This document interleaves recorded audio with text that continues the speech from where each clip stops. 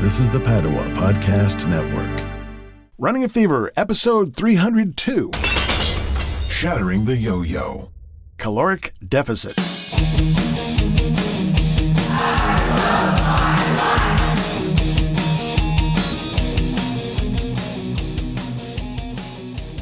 Previously on Running a Fever. Feeling really good today.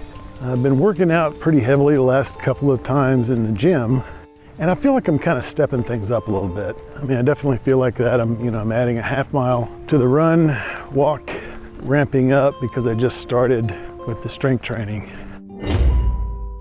So now I'm at the point where I've been trying to get my metabolism, my burn rate higher so I can take in more calories. Why do I want to take in more calories? Well, I want to get what I need, what my body needs to survive.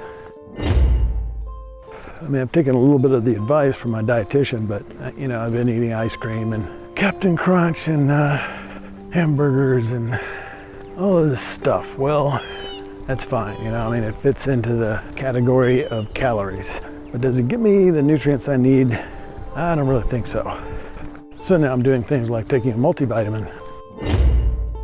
And so the question is, okay, it's easy enough to get a general number for protein, right? But is that too much or enough?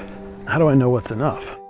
But online today, the estimates that I saw, and these are based on some studies, anywhere from 0.8 grams to 1 gram, or up to 1.2 grams if you are, lifting weights more than an hour a day. And as it turns out, that's about what I'm getting right now. There's a lot of protein in what I'm eating. The chili, for example, has over 40 grams of protein. And I've added another meal after my workout because I wanted to get some protein after the workout, and that's been either jerky or yogurt.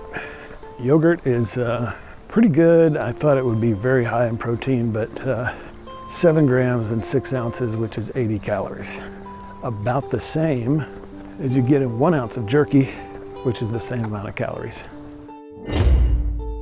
But I do expect my body to change, and I hope to keep my weight the same for a couple of months while losing fat and gaining muscle. And I think it's pretty easy to see in the mirror, but I also want to periodically do a body composition analysis. Welcome to Running a Fever. My name is Michael Davis. This is a podcast about fitness, diet, and medicine.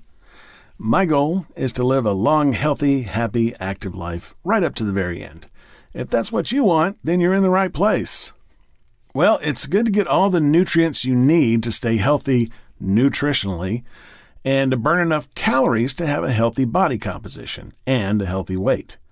But immediately what comes to mind when I listen to episode 66 is one of those blue zone concepts discovered by Dan Buettner. And we've reviewed his books and talked a lot about the blue zone stuff. Look in the old episodes if you want to get more on that. Specifically, staying in caloric deficit is what we're talking about.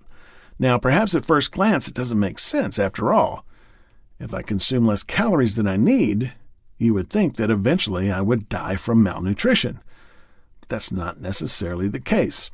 As we get older, we burn less energy and can get by on fewer calories.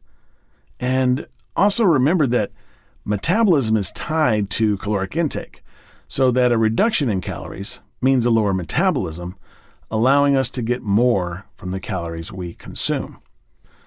This is why short-term extreme dieting doesn't work.